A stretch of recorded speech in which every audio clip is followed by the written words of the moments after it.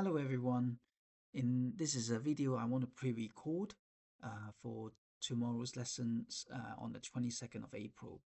I'm competing with my team in the robotics competitions. This is a national UK final. So I can't be with you today. So what I have promised last week is that I'm going to do a video on how to plot graphs using Excel. This is particularly related to Unit 7. So before I start doing the graphs, I'm going to start generating some data. So what I have done on Friday in class is that we were looking at question 1 together. So we have different value for time, and we will calculate the displacement using the Suvat equations, ut plus half at square. So if we know value for the u, let's call that 5 meter per second.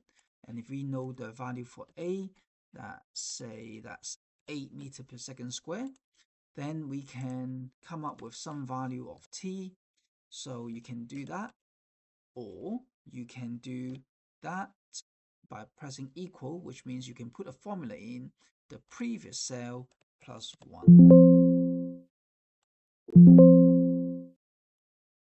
like this. And then you can drag, and then you can get numbers up to 10. Yeah. Then the displacement is ut. So u is, so we start with an equal sign. U is 5 times by t, and then plus half times, which is the star sign, and then a, and then t times t square. So that will be the cell there. And then power of 2 is shift 6, and then 2. Press enter, and that would be 0, because when t is 0, there's no displacement. And then if you drag that down, now you will find, I don't know why that's the case, but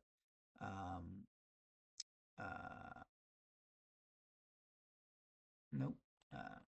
So when you drag, you should be able to get the same data. So it's, but for some reason, it's also changing the E. So the E2 and the E3 shouldn't change. So that whenever you see the 3, that's U, that should be 3 as well. Okay.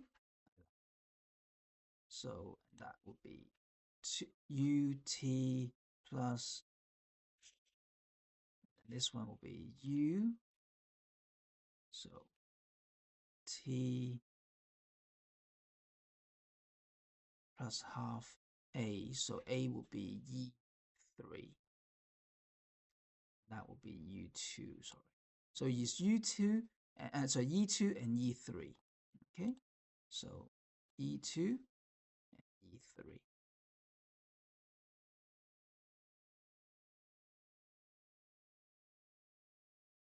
Try and figure out how I could do this properly next time without having to do this. Probably requires holding a shift key or something. Okay. Nearly there. So you can see the displacement increases as the time goes by. So that's exactly what I expect. So it looks like an exponential upward trend. Okay. So you'll see that in a moment. Okay, so now I've got all the equations inserted appropriately. So then what you do is you select both of the column, holding the left key of your mouse, and then go to insert, and then you can click on either with dots or just a smooth curve. I would suggest you do that. And then you got this curve. And then that's exactly how I expect. And then you can add axis title, and then if you double click, then you can then say displacement time graph. Usually we do a hyphen, okay, displacement time graph. Then on the bottom is time in second, and then the y-axis, that's your displacement in meters.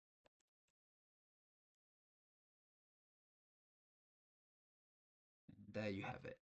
Okay, so and then if you remember in my lessons on Friday, we find the tangent to work out the gradient. Because on a unlike GCSE where you have a straight line, the gradient of the slope is the same at any point. But because this is a curve, the gradient is different at every position on the graph.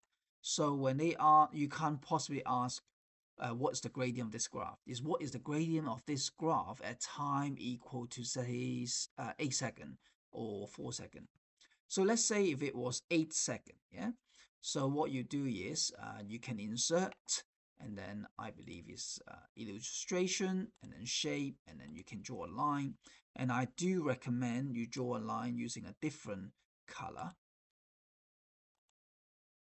like this, and then find where 8. I'm going to do it on 8 seconds, and then just so that you can see, yeah, this position here is about the same gap as this position here. So I know I sort of done a symmetrical line or tangent at the graph evenly.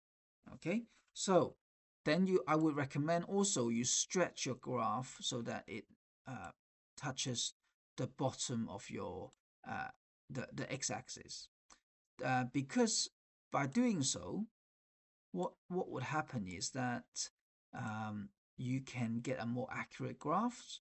So the bigger the graph you draw, or the line, or the bigger the right angles you use, the better. Okay, so that means my right angle will be this. So I can use, let me see. So this is my right angle. Okay.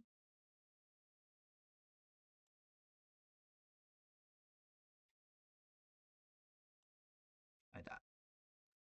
Maybe not like that. Just go in a little bit. Okay. So if you work out what the delta y is, in this case it's 500. Okay.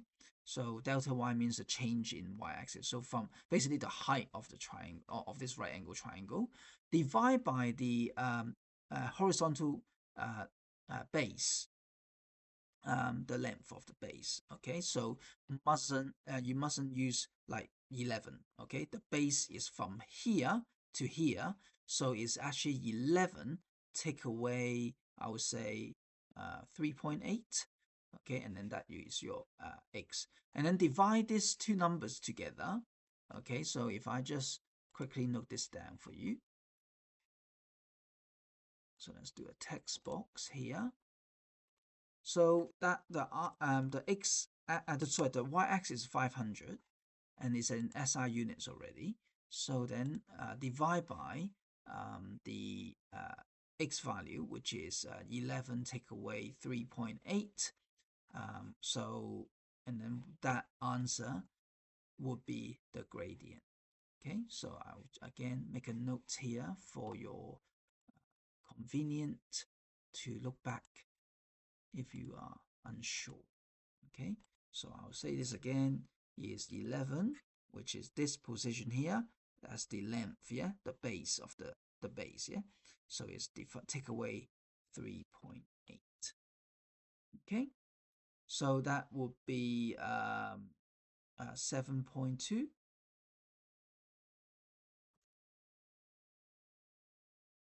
So the gradient of this graph is 500 divided by 7.2, and that is a positive gradient. Okay, so make sure you leave this on your graph to show the examiner that you are actually applying a graphical method to calculate the gradient. And then similarly, do one for the other point they ask you in the question paper. So that's how you do your graphs. Okay. If you are unsure, there's another program that I will recommend, and that is called Desmos.com. So if you had a good maths teacher, they probably have already introduced you to this. So you can put in S is equal to UT now plus half AT squared. Yeah, but because you know your U and your A, you can actually put in your value. So if the U is actually like before, what was it? I use a value for U which is 5. Yeah, so 5 and 8. So U is 5, A is 8. So you can put this. So be careful, yeah, don't put just an 8, it will look like 58. Yeah, so times by, and then you would have a curve just like the one that we just plotted. Okay, so ut plus half at squared.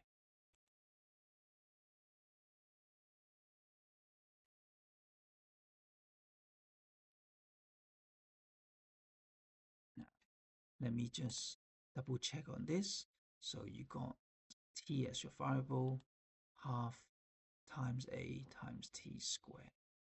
Okay, so if you look back at your graphs here, now maybe ut plus half a t squared.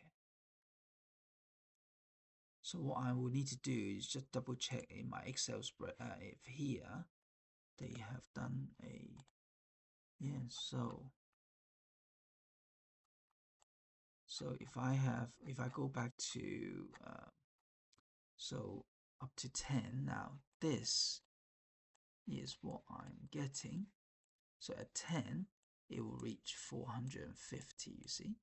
So I could change my axis, so it might not look like the graph you just plotted, but you can see if you ignore the negative side, and if I just tell this program to only go up to 0